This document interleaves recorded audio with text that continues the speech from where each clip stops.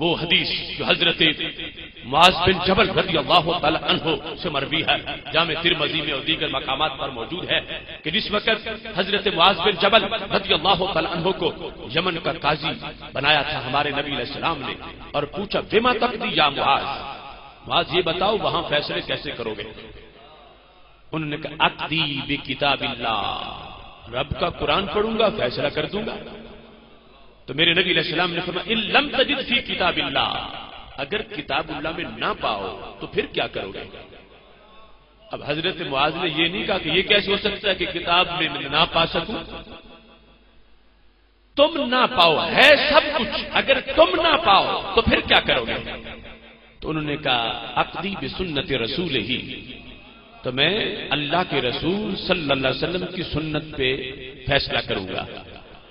تو ہمارے نبی علیہ السلام نے فرمایا ان لم تجد فی سنت رسول ہی، اگر سنت میں بھی تم نہ پا سکو تو پھر کیا کرو گے؟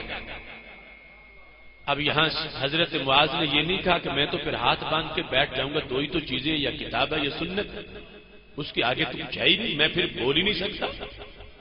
دیکھو غیر مقلدانہ سوچ کی کمر توڑ دی حضرت معاذ بن جبل کے جواب۔ جب میرے نبی علیہ السلام نے پوچھا اگر سنت میں بھی نہ پاؤ تو پھر کیا کرو گے؟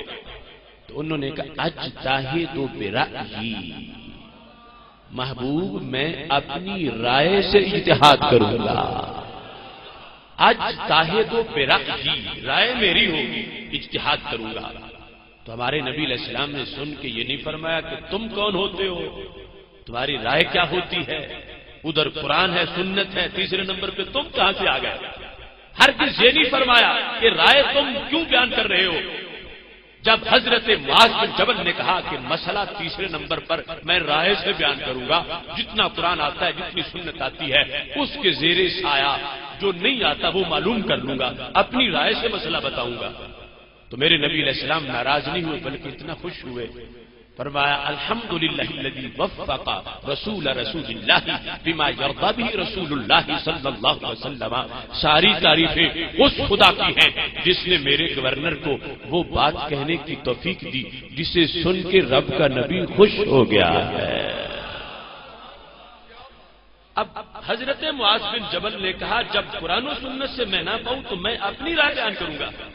تو یمن والوں پر میرے نبی علیہ السلام نے لازم کر دیا کہ جو معاذ بیان کریں گے تم نے اس پہ عمل کرنا ہے۔ حضرت معاذ بن جبل کی رائے پہلے ان کی رائے تھی، لیکن جب سرکار نے تصدیق فرما دی تو پھر یہ شریعت بن گئی۔ اب یمن والوں پر یہ لازم ہے کہ معاذ نہ رب ہیں نہ رب کے نبی ہیں، اللہ کے نبی علیہ السلام کے غلام ہیں، لیکن جس وقت رائے کے استعمال سے وہ مسئلہ بیان کریں گے اب وہ ان کی رائے نہیں ہوگی، وہ رب کا فرمان یعنی اللہ کا حکم اور شریعت مطہرہ کا انداز اختیار کر جائے گی، اور اس پر عمل کرنا یمن والوں کے لیے لازمی ہو جائے گا۔ یہ چیزیں سامنے تھیں کہ سرکار دو عالم صلی اللہ علیہ وسلم نے خود اجازت دے دی، اور حالانکہ ابھی وہ زمانہ جو تھا اس میں تو کہا جا سکتا تھا کہ معاذ جتنا تمہیں قرآن آتا ہے اس کے بعد بھی قرآن اترنا، تو تم جو آتا ہے اس سے اگر نہ ملے تو ہمارے ساتھ رابطہ کرنا، جو بعد میں اترا ہے شاید اس میں تمہارا مسئلہ موجود ہو۔